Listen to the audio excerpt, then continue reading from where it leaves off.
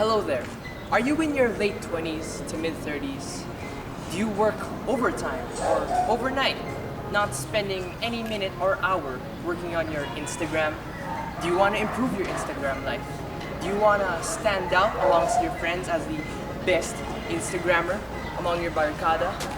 Well then, here are a few tips to improve, to spice up your Instagram life without costing any time, money, or effort.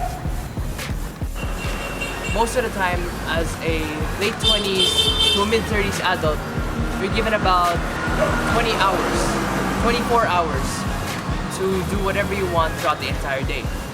However, if you subtract the 6 hours from your sleep, the 8 hours from your work, the 5 additional hours that you have to do finishing your requirements from your boss or administrator, the 2 hours from your traveling time, you're only left with about 3 hours. 3 hours to work on your picture-perfect Instagram feed.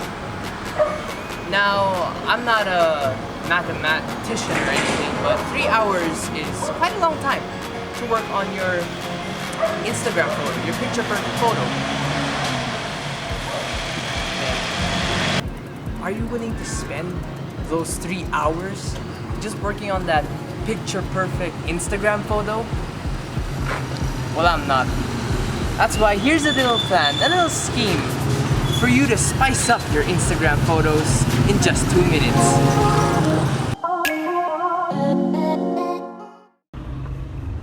First step when choosing a background photo, like this one. When choosing a background, you gotta know what you're wearing. You gotta know the key to contrast. So when you're wearing something dark, you gotta pose in front of something light. And vice versa, when you're wearing something light, you gotta pose in front of something dark.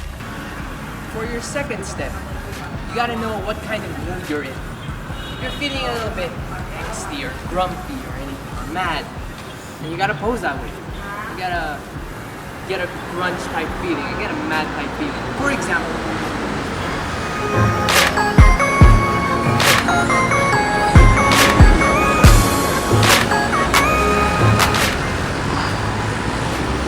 next, if you're feeling a little bit light, a little bit cheerful, happy, jubilant, anything that comes to mind, then you gotta make sure you pose that way. You gotta make sure that you establish to your audience, hey, I'm feeling happy today.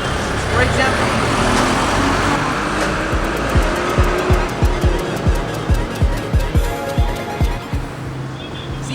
see how easy that was? Alright, let's move on to the next step. Now that you have your own background, now that you have your own mood, it's time to find your own personality. Next step, don't follow trends, don't be cliche. If you want to take selfies, you gotta do it your way. You gotta do it your style. For example, if the normal trend is to do this kind of selfie, try doing an upward selfie. Try doing a downward selfie. Left or right. Behind the back selfie. You know what I mean? But since you're in your late 20s or mid-30s, how about we try a jump shot? For example, since the cliche kind of jump shot is something cheerful or gleeful, like this, try something a bit 30-ish or 20-ish. For example, the I'm running late for work jump shot. If you want a drink, if you need a drink at this time, why don't you try a I need a drink kind of pose? Or how about if you found your future wife or your future husband? Then you can try the I found my future wife or future husband pose. Or maybe if your boss is walking up to your room or to your office, and then you can try the oh no, here comes the boss pose. Now that comes up to jump shot. Let's move on to the next. Then you have the candid photos. For example, the trend today is fixing your hair, then you can do that. So the way to do that is just grab your hand, you rub it across your hair, and you just pose in front of the camera. See how easy that is? Then you have your I'm angry but I'm sitting down photo. So the way to do that is, first of all, cross your leg, bend one leg, extend the other, and you cross your arms, and you just look fierce, like so. Just like that. How about if you want to go with the trend of the Filipinos today? Try doing the opa pose. So what do you do? To do this, open your hands up, close all four, open up like a check mark, and then just cross it over, and you just say, opa! Okay. After all that, you gotta know your basic photography rules. So these are the rule of thirds, the rule of cropping, and the rule of lighting. So firstly, with the rule of thirds, instead of just posing directly at the center, you can pose in one of the three sections of the camera based on your grid. So you can pose left, you can pose right, you can go up or down. And you just take your picture like that. Next, you have the rule of cropping. So when you're taking pictures, you don't want to crop your joints, or you don't want to crop until your joints. So as you can see, my joints are cropped up here. Just tone it down. Tone it down. No, not too much, not too much. There you go. See? You can see how elegant that looks.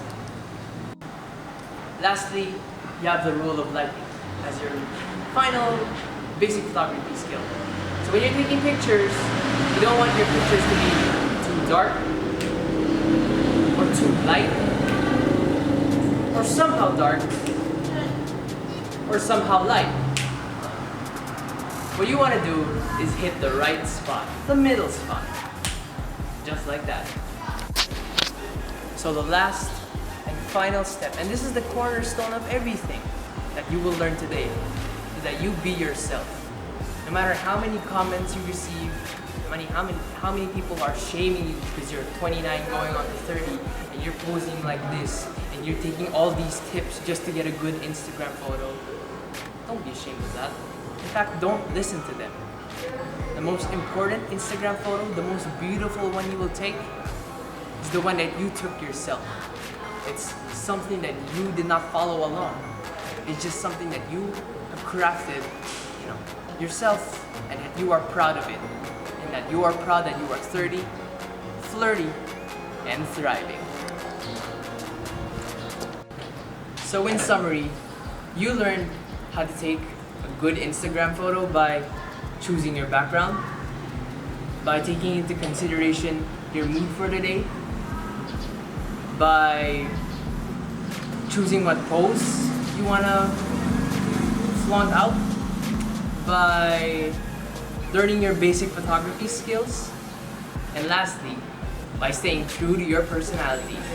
And that, my late 20-ish, mid 30-ish friends, is how you can take your great Instagram photo. That is all.